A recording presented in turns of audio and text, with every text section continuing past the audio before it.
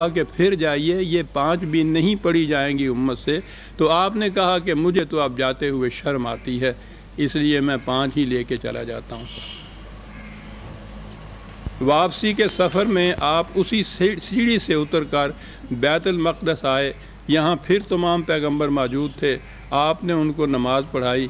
اور جو غالباً فجر کی نماز تھی، پھر براق پر سوار ہوئے اور مکہ واپس پہنچ گئے۔ یہ دوسرا مرحلہ ہے اس سفر کا، اس واقعہ کا۔ یہ احادیث کی جو صحیح ترین کتابیں شمار کی جاتی ہیں ان سب میں ہے، تفاسیر میں ہے، انہی سے انہوں نے لیا ہے۔ آگے یہ بھی ان میں یہ ہے کہ آپ مکہ تشریف لائے، صبح یہ بات بیان کی تو کفار نے مذاق اڑایا،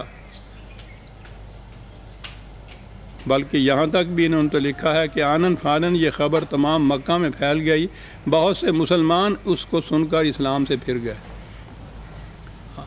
آپ نے کچھ راستے کی پھر نشانیاں بیان فرمائیں،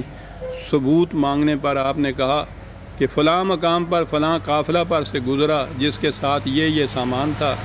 قافلے والوں کے اونٹ براق سے بھڑکے، ایک اونٹ فلاں وادی کی طرف بھاگ نکلا، میں نے قافلہ والوں کو اس کا پتہ بتا دیا، واپسی میں فلاں وادی میں فلاں قبیلے کا قافلہ مجھے ملا، سب سو رہے تھے، میں نے ان کے برتن سے پانی پیا اور اس بات کی علامت چھوڑ دی کہ اس سے پانی پیا گیا ہے۔ ایسے ہی کچھ اور اتے پتے آپ نے دیے اور بعد میں آنے والے قافلوں سے ان کی تصدیق ہوئی، اس طرح زبانیں بند ہو گئی ہیں۔ میں نے سابقہ درس میں بھی عرض کیا تھا کہ مجھے اس بیان کردہ واقعہ پر کوئی تبصرہ نہیں کرنا، بتانا صرف یہ ہے کہ یہ ہے وہ معراج کے متعلق وہ بات جو چلی آ رہی ہے اور اسے حضور کی شان میں بہت بڑی عظمت مانی جاتی ہے۔ باتیں اس میں 2 ہیں غور طلب۔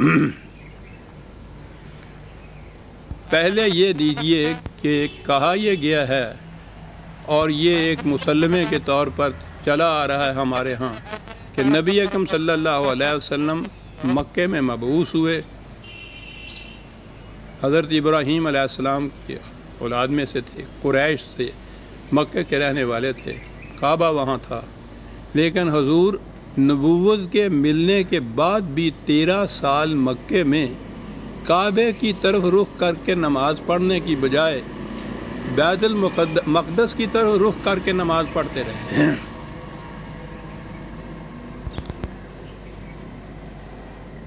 یہاں بات یوں بنی رہی کہ اگر کعبے کے ایک سمت میں کھڑے ہو کے نماز پڑھتے تو کعبہ بھی سامنے آ سکتا تھا اور رخ ایسا تھا کہ بیت المقدس بھی اسی رخ پہ پڑتا تھا، اس لیے دونوں ایک سمت میں پڑھتے تھے تو کوئی بات دل میں کشمکش کی نہیں پیدا ہوتی تھی۔ مدینہ تشریف لائے تو وہاں شکل یہ تھی کہ مکہ اگر مثلاً جنوب کی جانب تھا تو بیت المقدس شمال کی جانب تھا۔ میں عرض کر رہا ہوں 2 متضاد سمتوں میں، درمیان میں مدینہ، پیچھے کی طرف مکہ، ادھر کی طرف بیت المقدس۔ اب نماز پڑھتے وقت حضور کے دل میں بڑا اضطراب پیدا ہوتا تھا، بیت المقدس کی طرف رخ کرتے تھے تو پیٹھ مکے کی طرف ہو جاتی تھی، تو آپ پڑھتے رہے بیت المقدس کی طرف منہ کر کے ہی 2 سال یا 3 سال اتنا عرصہ بتایا جاتا، اور اس کے بعد پھر قبلہ کی کعبے کی طرف رخ کرنے کا خدا کا حکم ہوا، اور وہ ایسے ہوا کہ ایک دن آپ ظہر یا عصر کی نماز ایک مسجد میں، اپنی مسجد نبوی میں نہیں بلکہ کوئی باہر مسجد ہے، اس مسجد میں نماز پڑھ رہے تھے باجماعت، صحابہ پیچھے تھے، تو 2 رکعتیں غالباً پڑھ چکے تو عین حالت نماز میں حکم آیا کہ کعبے کو اپنا قبلہ مقرر کیجئے، تو آپ کا رخ تو بیت المقدس کی طرف تھا، تو میں نے عرض کیا ہے کہ وہ تو بالکل اس کی اپوزٹ سائیڈ میں پڑتا تھا نا، تو حکم جب آیا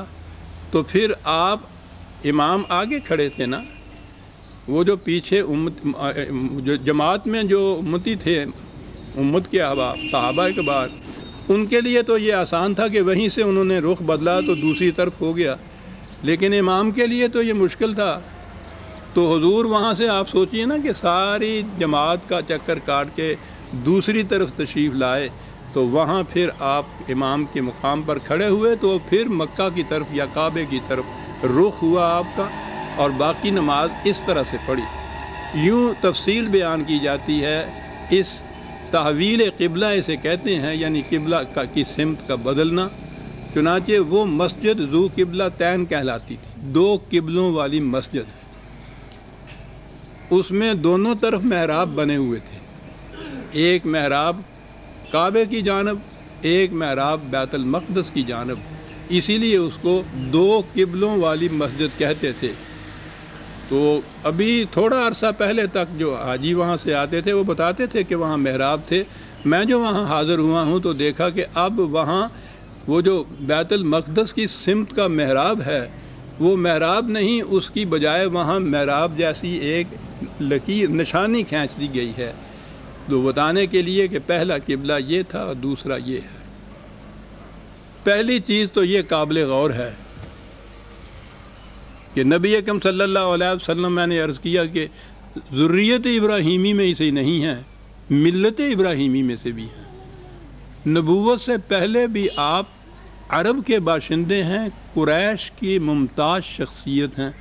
اور یہ کعبہ سارے عرب کا مرکز تھا اور قریش کا تو واجب عزت اور شرف مقام تھا۔ قریش کی ہونے کی حیثیت سے کعبے کی تولیت بھی ان کے پاس تھی، کعبے کا نظم و نسق بھی ان کے پاس تھا، اور ان کی وجہ سے ان کی بڑی عزت تھی تمام عرب کے اندر۔ قرآن یہ بتاتا ہے کہ کعبے کے ساتھ نسبت کی بنا پہ کیفیت یہ تھی کہ باقی لوگوں کے قافلے دن دہاڑے لوٹے جاتے تھے اور ان کے قافلوں کی طرف کوئی نظر اٹھا کے بھی نہیں دیکھتا تھا۔ اتنا احترام، اتنا عظمت تھا کعبے کی طرف نسبت سے۔ نبی اکرم صلی اللہ علیہ وسلم وہاں پیدا ہوتے ہیں، نبوت سے پہلا دور اس طرح گزارتے ہیں، نبوت کے بعد نماز شروع کرتے ہیں تو اپنا رخ بیت المقدس کی طرف کرتے ہیں۔ 13 سال مکے کے، 2-3 سال مدینے کے، نبوت کے دوران رخ بیت المقدس کی طرف کیا جاتا ہے، یہودیوں کا قبلہ، اور جو اب خود ان کی تحقیق کے مطابق بھی جو اس زمانے میں وہاں موجود ہی نہیں تھا۔ میں نے پہلے عرض کیا ہے نا کہ وہ ہیکل سلیمانی یا وہ مسجد سلیمانی یا بیت المقدس کا مقام عبادت گاہ کے طور پر موجود ہی نہیں تھا، اس کے کھنڈرات تھے، عیسائیوں کا گرجا تھا وہاں، عیسائی وہاں غلادت ڈالتے تھے، جسے حضرت عمر رضی اللہ تعالیٰ عنہ نے اپنے دور میں جب فتح کیا یروشلم تو اس کو جا کے خود صاف کیا تھا۔ تو اس بیت المقدس کی طرف ان روایات کی روح سے حضور رخ کر کے نماز پڑھتے رہے بحیثیت نبی کے 13 اور 2 3 15 16 سال۔ غور فرمایا آپ نے کہ کعبے کے مقابلے میں بیت المقدس کی عظمت کتنی بڑھ گئی۔ معراج کا واقعہ ہوا تو وہ حضور کعبے سے آسمان کی طرف تشریف نہیں لے گئے، کہا گیا کہ کعبے میں آپ سو رہے تھے۔ اس میں بھی بڑا اختلاف ہے روایات میں، روایات کے اختلاف تو آپ پوچھئے نہیں،